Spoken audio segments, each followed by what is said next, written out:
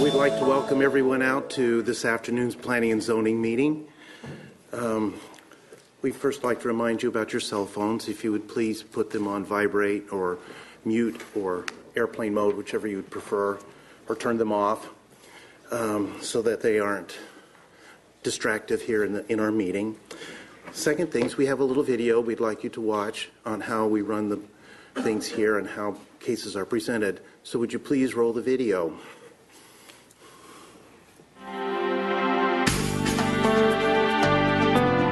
Welcome to the City of Mesa Planning and Zoning Board meeting. We appreciate your interest in the future development of our community and welcome your comments. At this time, we ask you to turn off or select the vibrate option on your cell phones and pagers. Today's agenda includes a consent agenda. These items will be read into the record and acted on in one motion. If you would like to speak on any of these items, please fill out one of the blue cards located in the back of the room and bring it to the front railing. These items will then be removed from the consent agenda and voted on individually. Each case will be heard first by the applicant, then the public, followed by city staff and board members. The Planning and Zoning Board will then make their recommendations to the City Council. The City Council meetings are held twice a month at 5:45 p.m. in the Council chambers. To find out when the City Council will consider your planning and zoning item, please call the Planning Division at 480-644-2385 or log on to the city's website. All planning and zoning meetings are broadcast live and rebroadcast on Mesa Channel 11. To view the programming schedule, log on to www.mesachannel11.com. We'd like to remind you that if any of you would like to speak to the cases on this agenda, you need to fill out a blue card as soon as possible because we will be discussing and voting on the consent agenda here in just a few minutes. Our first item of business is to consider the minutes from the August 20th study session and the August 21st regular hearing. Do I hear a motion? Mr. Chairman, I'll make a motion to approve the meeting minutes. Do you have a second? All right, please cast your, well, our voting things are not active. There we go. Okay, please cast your votes. Those minutes passed unanimously with Ms. Johnson and Mr. Clement absent. We will then consider the minutes from the August 28th special meeting. Do I hear a motion? I'll move for approval. Do I have a second? I was not at that, so I will not be voting on this. Lisa, you weren't either, correct? So would you please cast your votes?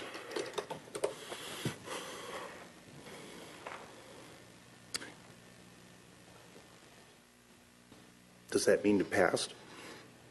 See your little one over there? Yeah, I would assume it does. We're technology challenged sometimes.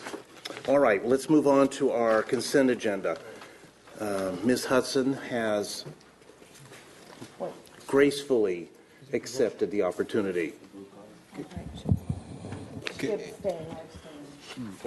Yeah, if maybe the chair could go ahead and clearly state we've got the 4 votes yes with 2 abstentions. There we go. All right. Passes with 2 abstentions. Okay. Now we'll move on to our consent agenda. Ms. Hudson, thank you for reading this. It will be rather lengthy, so do you have your popcorn and soda? Be ready. Blue cards are just for the GP majors.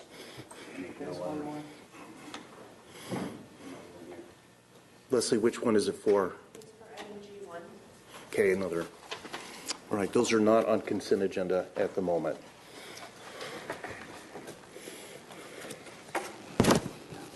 Okay, we'll start with item D1, case number Z13-046 in District 6. Located at 10545 East Main Street, located on the south side of Main Street, just west of Signal Butte Road, approximately 3.75 acres. Site plan modification and a special use permit to allow outdoor display. This request will allow the development of a retail store in the GGPAD zoning district. Staff recommendation is approval with conditions. Item D3, case number Z13-048 in District 6. 5329 South Power Road, located south of Ray Road on the east side of Power Road, approximately 4.989 acres, site plan modification. This request will allow the development of a group commercial center in the LCPAD zoning district. Staff recommendation is approval with conditions. D4, number Z13-049 in District 2, 6458 East Broadway Road, located west of Power Road on the north side of Broadway, approximately 4 acres. Site plan review. This request will allow the expansion of a skilled nursing facility in the RM4 zoning district. Staff recommendation is approval with conditions. Item E1, case number Z13-043 in District 6, 3225 South Power Road, located on the east side of Power Road, just south of Guadalupe Road, approximately 4.25 acres. Modification of a planned area development in the LIPAD zoning district. This request will allow the development of a self-storage facility. Staff recommendation is approval with conditions. Item E2, Z13-044 in District 6, the 5600 to 6000 blocks of South Signal Butte Road on the east side and the 10,800 to 11,100 block of East Williamsfield Road on the north side, located at the northeast corner of Signal Butte Road and Williamsfield Road, approximately 105 acres. Rezone from RSL 4.5, approximately 35 acres, and RS6, approximately 7 acres, to RS6 PAD and site plan review. This request will allow residential development. Staff recommendation is approval with conditions with the revised stipulations distributed at the study session. And that's it. Thank you, Ms. Hudson, for reading that. Wait, just a minute. We have one more on the back. Oh, we do? Oh. H1. Signal Butte 105 in District 6, the 5600 to 6000 blocks of South Signal Butte Road on the east side, and the 10,800 to 11,100 block of East Williamsfield Road on the north side, located at the northeast corner of Signal Butte Road and Williamsfield Road, approximately 105 acres. This request will allow residential development, and that is staff recommendations approval with conditions. All right. Now, thank you, Ms. Hudson. You're welcome. All right. You will notice that Z13-047 is not on this consent agenda. We will be having a separate agenda for that one. Okay. Do I hear a motion on the current consent agenda? Move for approval of the consent agenda as read. Do I have a Second it. All right. Please cast your votes. Passes unanimously. Mr. Chairman, Yes, sir. I need to declare a conflict on Z13-047. Thank you. And I'm recusing myself on that one. Would you all scoot away from the counter, please? All right. Ms. Johnson, would you please read the second consent agenda? This is for D2, case Z1347 in District 6, 2400 block of South Signal Butte Road, located on the east side of Signal Butte Road, just south of Baseline Road, approximately 2.26 acres. This is a site plan review. This request will allow the development of assisted living facility in the RM4 zoning district. Staff recommendation is approval with conditions. All right. Thank you, Ms. Johnson. Do I hear a motion on this consent agenda? Move for approval on this consent agenda as read. All right. Do I have a second? I'll second. Please cast your votes.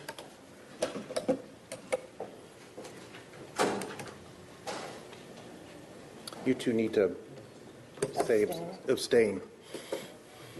All right. Passes unanimously with 2 abstainings. All right. We will now go to the next part of our meeting. If you are here on any of the cases that were on the consent agenda, you are approved and may leave at any time. Our first item then that we'll discuss is GP Minor 13-006 in District 3, the 800 and 900 blocks of West Southern Avenue. the 1200 and 1300 blocks of South Extension Road, the west side, and the 800 and 900 blocks of West Grove Avenue on the north side. It is item number F1. Staff, would you begin by giving a synopsis of our project?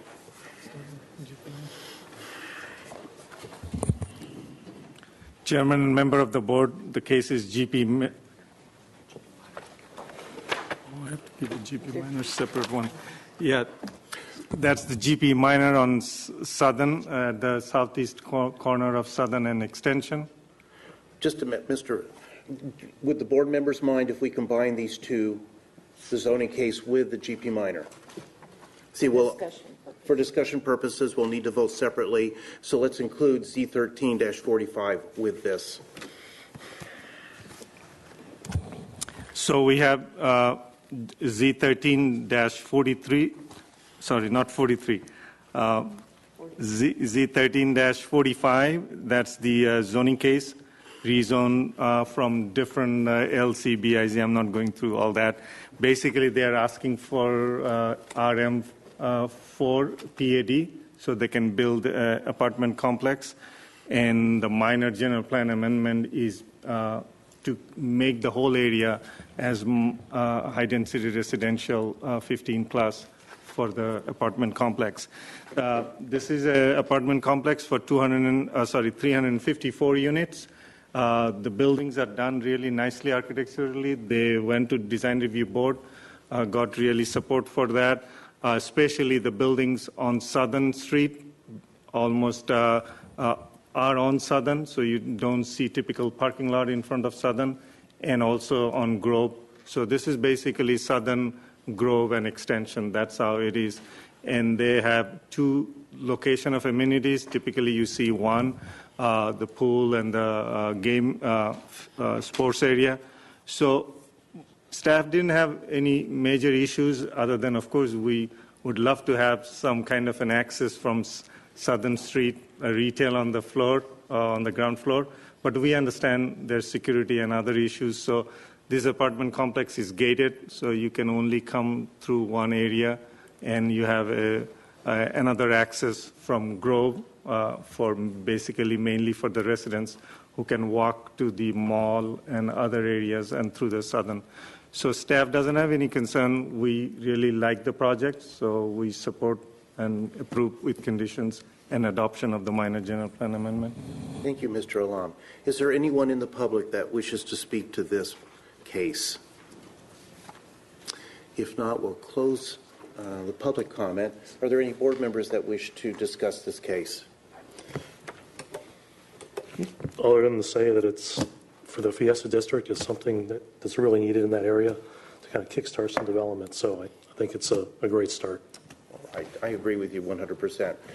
In that case, I'll support a motion. I'll move to approve GP minor 13006 for adoption. Is there a second? I'll second. All right. Please cast your votes. We lost our voting. That means you approve. Well, must be, absolutely. Try it again. Recast your ballot. There, now they're Vote on. again. Okay, please vote again. I did. You need to. There we go. Passes unanimously. All right, do we have a motion on item F2 Z13-045? I'll make a motion to approve Z13045. Is there a second?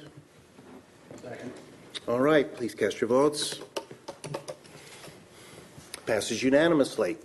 So that you all are free to go. Our next item of business is GP Major 13-01 in District 6. It is the 8200 to 8400 blocks of East Baseline Road, North Side, General Plan Land Use Major Amendment from high-density residential 15-plus units to the acre and neighborhood commercial to medium-density residential 6 to 10 units to the acre. High-density residential 15-plus and neighborhood commercial on approximately 54 acres at the northwest corner of the Loop 202 Santan Freeway, and Baseline Road. Is there anyone that wishes to speak to this case? If not, staff, do you have anything you would like to add to this case? All right, we'll close our public meeting. Board members, is there anyone that wishes to speak to this case? Then I'll entertain a motion, please. I'll move for adoption of GP Major 13-1. Second. All right. We need our voting things back up again. Brought in Calvary. Those that are in favor, please say aye. Aye. Aye. And those against? All right, passes unanimously. Mr. Gilbert, congratulations. Thank you. Can I go home too? Yes, you may leave.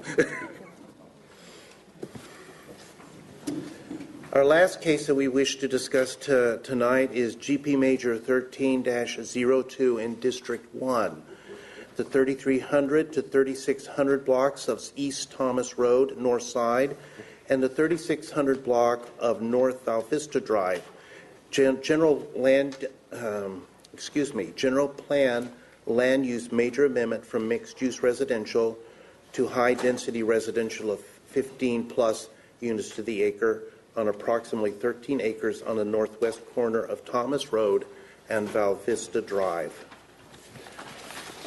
We turn the time over to Mr. Alani.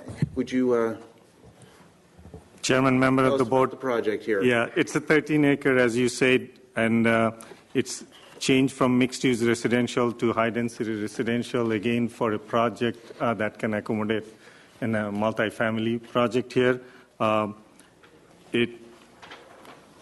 It's a very challenging site because you have 202 on the north and Val Vista on the east, but you cannot really take an access from Val Vista Road. Your only access will be from Thomas Road. So, and the shape of the lot also, and there are some utility issues, existing cell tower issues. So with all that, the change of the land use is not really significant change in that sense. It's mixed-use residential actually allows residential. It just allows 30% maximum. So in this case of 30% of 13 acres doesn't make any buildable area. And we recognize that the neighbors to the south, the Thomas Road, they would like to have more commercial here. Most probably the potential site for those would be both sides of the Val Vista Road. Here, with all those challenges, and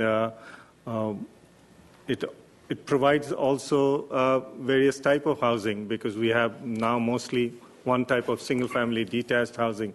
So this would be an addition of variety of housing in a community sense. And there are other reasons. I'm not going to go through all the detailed report we wrote.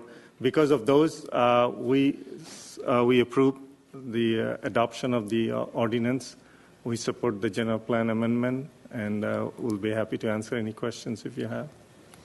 Board members, do we have any questions for staff at this time? All right, then we'd like to hear from our public.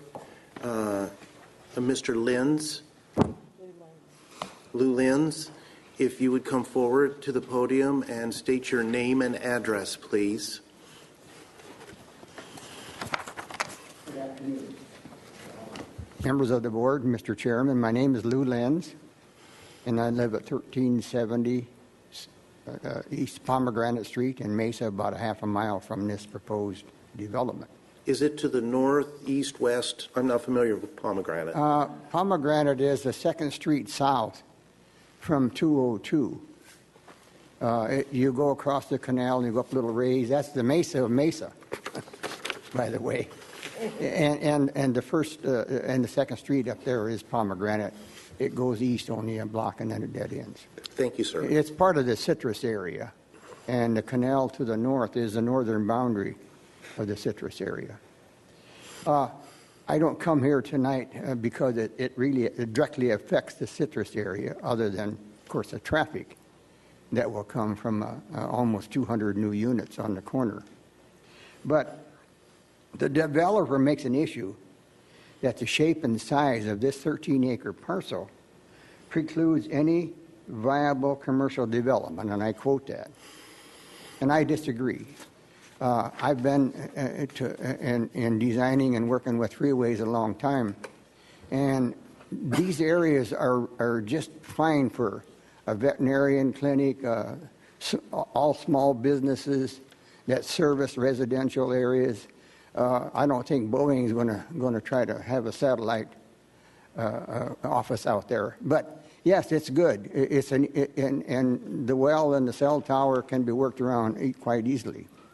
And this parcel size is ideal for smaller. Well, you can about name any use. Nurseries, there's already a nursery out there. John Bever has that. Repair shops. And I think you have my August 9th letter, which pretty much states my opinion. But my issue of putting apartments right next to the ramp and the freeway is the freeway noise and the air quality. I don't care how you cut it and how many panes you have in the windows, you're going to have noise. And the air quality is 24/7. It isn't that you just drive to work on the freeway and come home. I think the development might be a nice development, but it's in the wrong location. And Mesa needs to get rid of the bedroom community image every time you enter Mesa. This is entering Mesa from the north side. North of this is Indian Reservation. And so I don't see it as an ideal place to put down 3-story residences, again, with the noise issue and the health issues. I think we ought to be creating jobs for small businesses and a place to put them. A service station.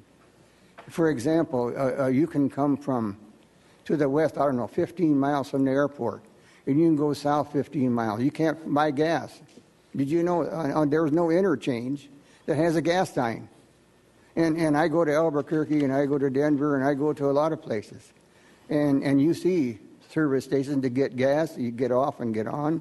So I think Mesa needs to reserve these areas along the freeway. It might be a good development, but find another location. And that's my concern. And the developer is going to finish the project in a couple of years. He'll move on and find another location to build more apartments. The city will be saddled with the noise complaints and the health issues that come with this development. Thank you. Thank you, Mr. Lenz. We have a card from Mr. Earl. Would you like to address anything to this board? Yes.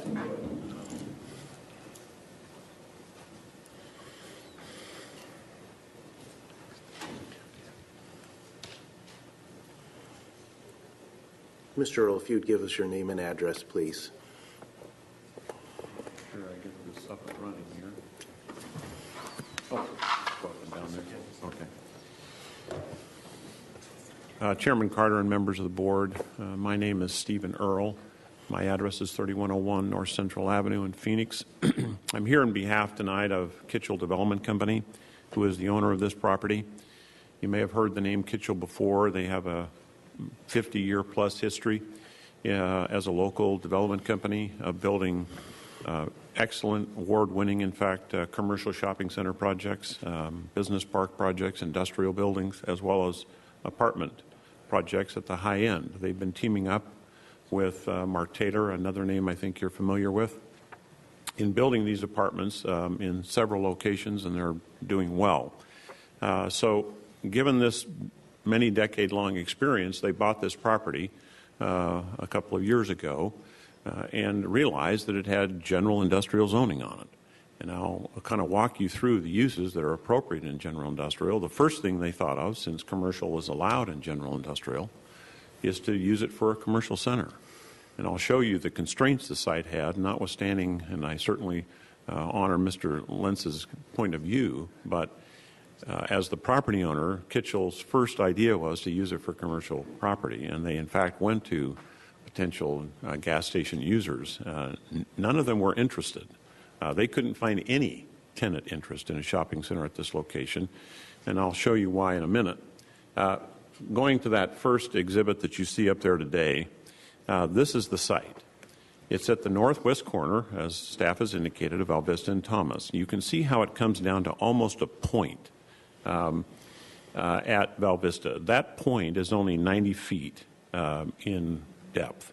And not only is it 90 feet, it's access controlled. So you can't access through that area. So you have no access and no presence on Val Vista. Additionally, there are water and sewer lines, city water and sewer lines, deep in the ground that we can't even put a retention basin over the top of, let alone any building on top of it. In addition, there is a wireless tower, which I'll mention in just a moment, which is just due west of that is controlled by ADOT. And we can't move it, and we can't change it. It's there, and it prevents any real use of the corner. There's also a well site, which is not yet built, but owned by Salt River Project, which again is right in the middle of the property. And then you can see from the aerial that it's elliptically shaped. Even at its widest depth, it's a little over 300 feet. So you can imagine how constrained you would try to be in developing any kind of commercial or shopping center type use. The next use they looked at was obviously under the existing zoning of general industrial. So if we go to this next slide, this shows the general plan designation that used to exist on this property as well as all the other property in the area, which was mixed use residential, which the staff has indicated to you allows 30% apartments or 15 units plus and 70% commercial industrial uses. And everything in the area was general planned that way. When that occurred, then the freeway came through and created this very small parcel between Thomas and the freeway. That is this site. And it affected the site next to it as well. Changing the dynamics of the site for that use, you can see that it used to belong to a property on the other side of the freeway that is now shown for general industrial. The next slide here shows what happened 5 years ago when the City Council decided that it would be better to allow medium density residential, 4 to 6 units per acre, immediately south of Thomas Road. They felt that was a better land use in that area than the original industrial and apartments. And then south of that, you see the MUR, which is the pit that we're all familiar with, off of Val Vista, that's behind the citrus grove, down to the canal. And so a good portion of this area became single family, and you can see that the streets are in, and in fact, if you've been out there, you've noticed that many homes have been built on the south side of Thomas. And part of those homes are across the street from this site. The balance of it, you see the CC on the exhibit, that means community commercial, and the general plan assumes that there will be a nice big rectangular corner on the southwest corner of Thomas and Val Vista with access both to Val Vista and to Thomas for an excellent site for a full shopping center. That's in fact where we believe the shopping center will go. You also have the opportunity for that on the southeast corner. And in today's planning world, we tend not to want all 4 corners shown for commercial anyway. So it does constrain the site as to what is the appropriate land use. So the next slide shows these constraints I've talked about.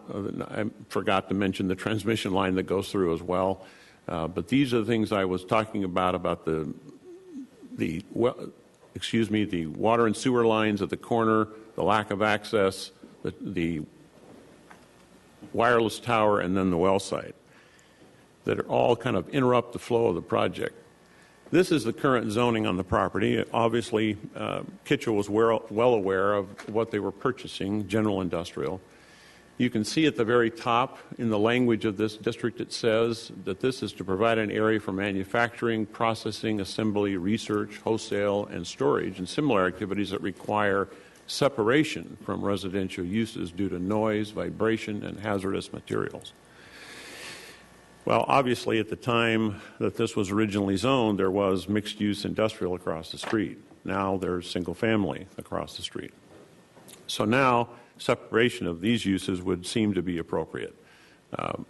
While Kitchell is certainly capable of developing the property for manufacturing and these other uses that you see up there, the most likely use, given the elliptical shape of the property, is probably warehousing.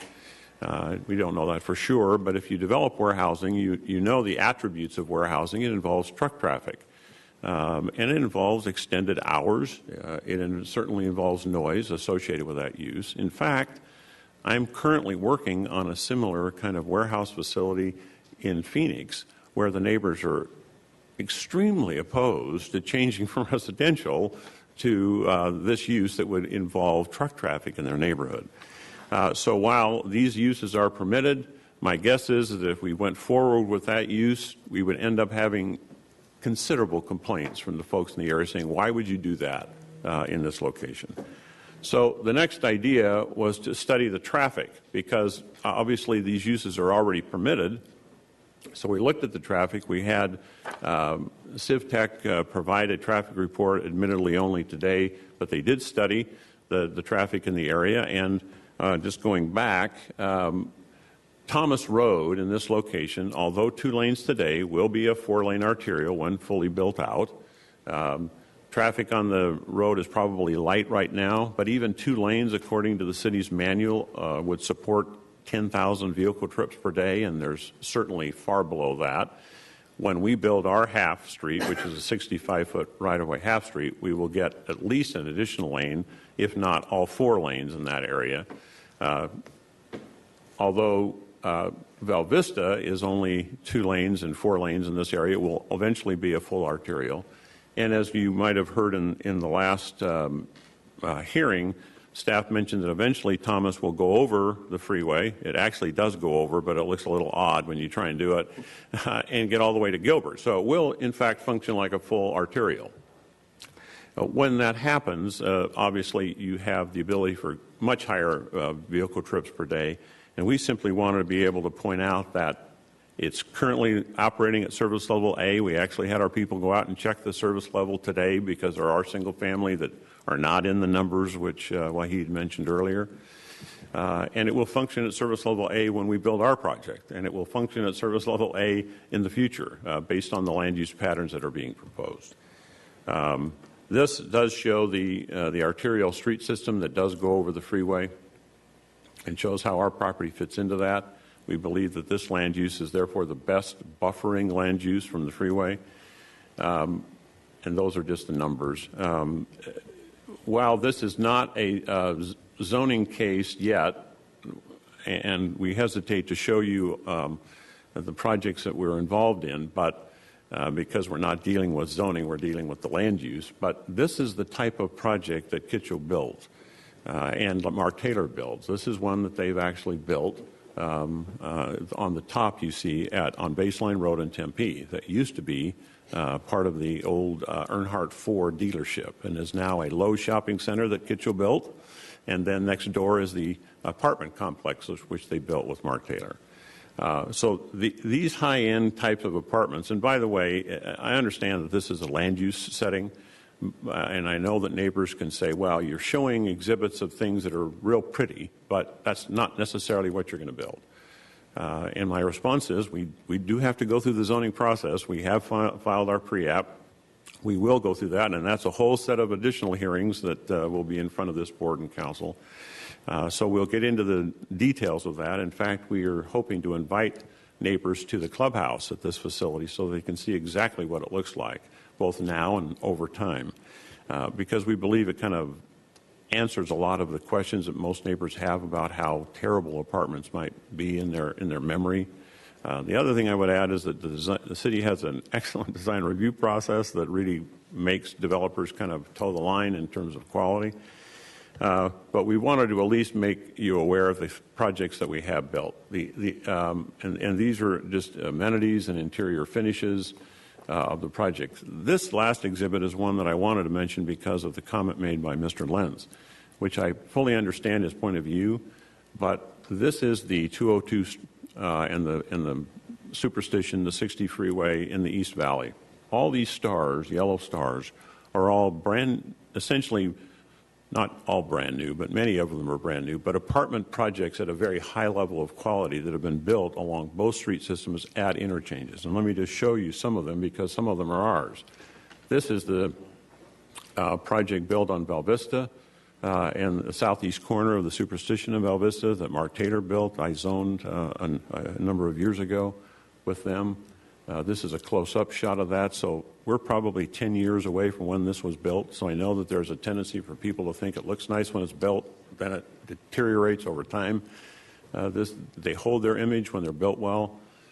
This is the Broadstone project at the 202 and Williamsville Road, a very similar, very narrow site at that location at the southeast corner that has now been turned into an excellent multifamily community. This is at the northeast corner of the 202 in Greenfield, again, an odd-shaped site that is now an excellent multifamily project. This is the project that I mentioned earlier that's been done by Kitchell and Mark Taylor on Baseline Road, just west of Rural Road. And I think it presents an excellent image in that area and has been well accepted. This is the San Marquis at Baseline and Rural, just a different daytime view of the same project. And now we have the 202 and Williamsville Road again. So, and this is a preliminary site plan of the property. I know I've probably gone a lot longer than you wanted me to, but I wanted to be able to try and answer the questions we heard at the first hearing, which was, will this be the right land use? Does it belong at this corner? Is traffic an issue? And the last thing I would comment, based on the questions that were asked at the last hearing, what have you done in terms of neighborhood outreach? Well, we started with a neighborhood meeting. Unfortunately, at the time that meeting occurred, a lot of the neighbors hadn't moved in yet. Williams Lyons was building the homes, but they were not yet occupied.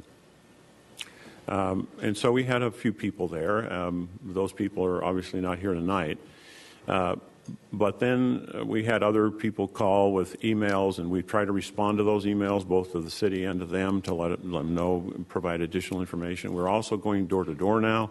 We've been out in the neighborhood. We have over 15 people that have signed petitions in favor, and we're continuing to do that. We'll continue to proceed with that, and we'll, of course, hold more neighborhood meetings as we proceed in the process so that everyone is fully informed. Because like the Mark Taylor project we just got through doing on Country Club south of Baseline, the more they see these projects, the more they like them. And that was a very contentious location. So we believe we've answered the questions. I think the last question we heard about was sightlines. So let me just take 1 second to talk about sightlines. Obviously, we're at a land use setting, so we're not really talking about the actual height of these buildings, but the current zoning allows 50 feet in height. We're not going to be anywhere close to that, even at 3 stories or at 36.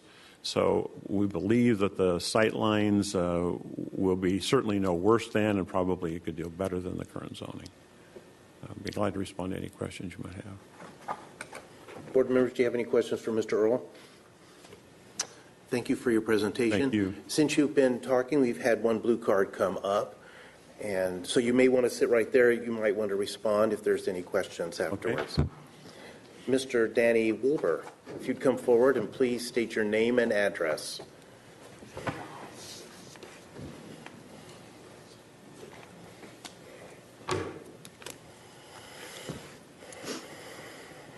My name is Danny Wilbur. My address is 3347 East Rochelle Street. In response to much of what Mr. Earl said, much of that I believe is inaccurate, almost untrue.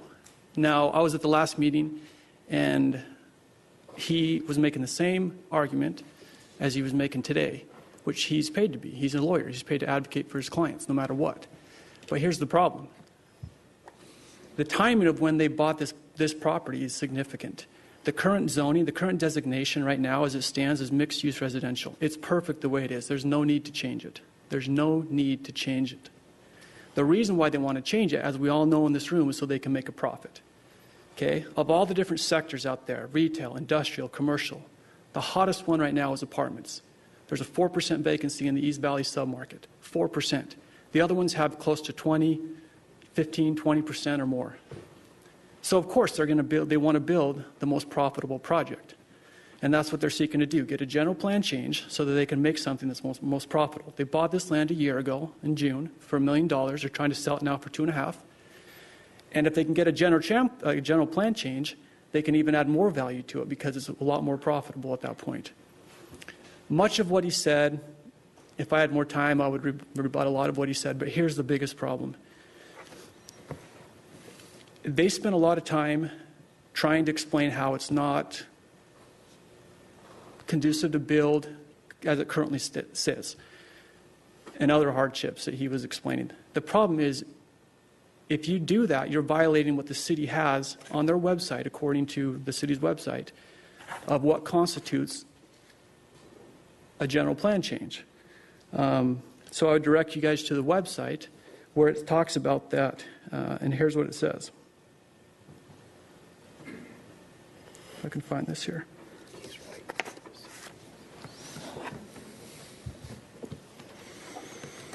It says, this amendment process is not intended to relieve particular hardships nor to confer special privileges or rights upon any person. So, not to relieve particular hardships or to confer special privileges or right upon any person. So what they're seeking to do is change it to suit the whims of one owner. But they're doing that at the expense of 900 plus homes in this community. That they cannot do. The other problem is the current zoning, as it stands right now, according to the city's website, is designated as an employment designation. What they're seeking to do is change it to a non-employment land use. So if they do that, you're going to limit the number of jobs created. As the first gentleman who got up here spoke, what he said, if it gets developed currently as it is, you're going to create hundreds of jobs. If you don't, and they change it, and an apartment complex gets built, you're going to create maybe 10. I mean, how many people does it take to run an apartment complex? A couple leasing office staff, maintenance guy, property manager. So you're going to limit the number of jobs if you grant this general plan change. So, as I see it, this whole thing smacks of special privileges. If you grant this according to the hardships that he was explaining, you're violating what the city has in terms of the circumstances regarding a general plan change. I could go on and on about all the other people in our neighborhood that do not want this. I'm also in the process of collecting signatures. I know he says he's gone around to collect signatures, but there are an overwhelming number of people in my neighborhood that do not want this. And I will present that at the third meeting. And when I brought this up to him and said, does this matter to you? If 900 people do not want this, why are you still seeking to develop it? You're going to get rich at the expense of every one of us. Every one of our property values is going to decrease. It's a beautiful neighborhood. We have beautiful views of Red Mountain and Four Peaks. We don't want the increased traffic. We don't want the increased crime rate. So what they're seeking to change it, the change that they're seeking to do is that they're trying to change it from something that's perfectly suited how it is. It's meant to act as a buffer between a major arterial and a residential neighborhood, and that's how it's perfectly suited. So to me, this benefits one party only, and that's the owner. Thank you. All right. Thank you.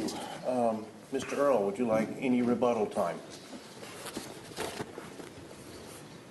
Thank you, Mr. Chairman. Let me make just a few comments. Number one, I certainly respect the comments that have been made tonight by Mr. Wilbur.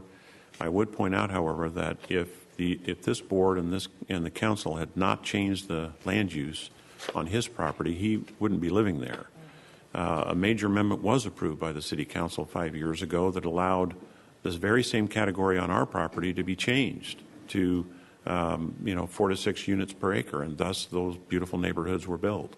The simple fact is that when the freeway came through, it changed the land uses in this area, and the City Council felt that single family was appropriate south of Thomas. We will have a commercial location at the corner, well designed for that. I understand that he feels very strongly that apartments hurt property values and increase traffic. First of all, I've been in this business for over 30 years, and I've had the opportunity to zone probably, several dozen apartment complexes with Mark Taylor and some with Kitchell. I think every single one of them has proven to be an uplift to the neighborhood, not a deterioration of property values. That's why I showed some of those pictures that I did, because all the Mark Taylor projects in the valley still look just as good as the day they were built, and they do increase values when you do something right. Number two, general industrial land uses don't necessarily become good neighbors to single family. This parcel is kind of left orphaned by the decision to make the rest of it single family. The other thing is that this is going to increase traffic, and I would say that many of the uses in general industrial would be higher in terms of overall traffic, and certainly a great deal higher in the terms of truck traffic. So again, this use, I think, will be actually once they give it a chance, once we can go through and meet with the neighbors and show them the products that we're going to do in the zoning case itself and meet in the clubhouse of existing projects, I think they'll find that it will be an excellent neighbor and will not hurt their value, but in fact will bring additional folks who may not want to live in a home but want to be close to Falcon Field. I know they talked about jobs and job creation here, but the job creation of their area would have been, enormous, and ours is only 13 acres. But I understand their point of view. I'm hoping to be able to sit down with them and others over the incoming months and respond more specifically to their questions. All right, thank you, Mr. Earl. We are going to close our public comment at this time. And staff, do you have any last comments on this case? We don't. All right, board members, is there any discussion? And if there is no discussion, I'll entertain a motion. I think we need to note that we did have some traffic report from the city, and through the department, the transportation department, there was not a concern. Am I correct, Mr. Owen? Right. The Traffic and Transportation Department told us that the Thomas Road is recommended in their transportation plan to be 4-lane arterial street, and 4-lane arterial will be able to take care of these proposed developments. Just a comment regarding the mixed-use residential.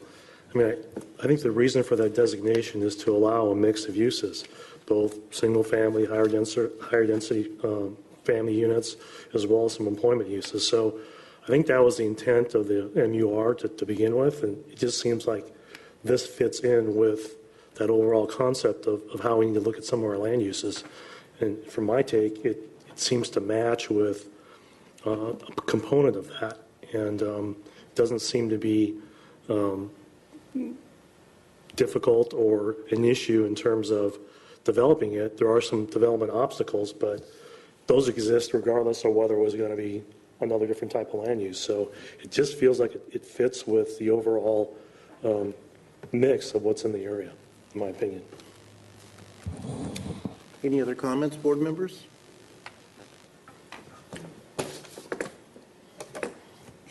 Actually, I've been a commercial broker for over 20 years, and I've done many feasibility studies for commercial projects, and I would recommend against ever putting commercial at this site. It's just not viable. It would be an empty center. There's not the radius of demographics that you need at this location, and I believe also building this apartment complex with this demographic, it might actually get you a chance to have the commercial across the street. The industrial will not bring the rooftops needed to get that commercial across the street. So I think that this is a compatible use for the property based on its size and its location. All right, if there's no other discussion, I'll entertain a motion. I'll make a motion to approve GP Major 1302. All right, there is a motion on the table. Is there a second? I'll second it. All right. If you all would cast your votes.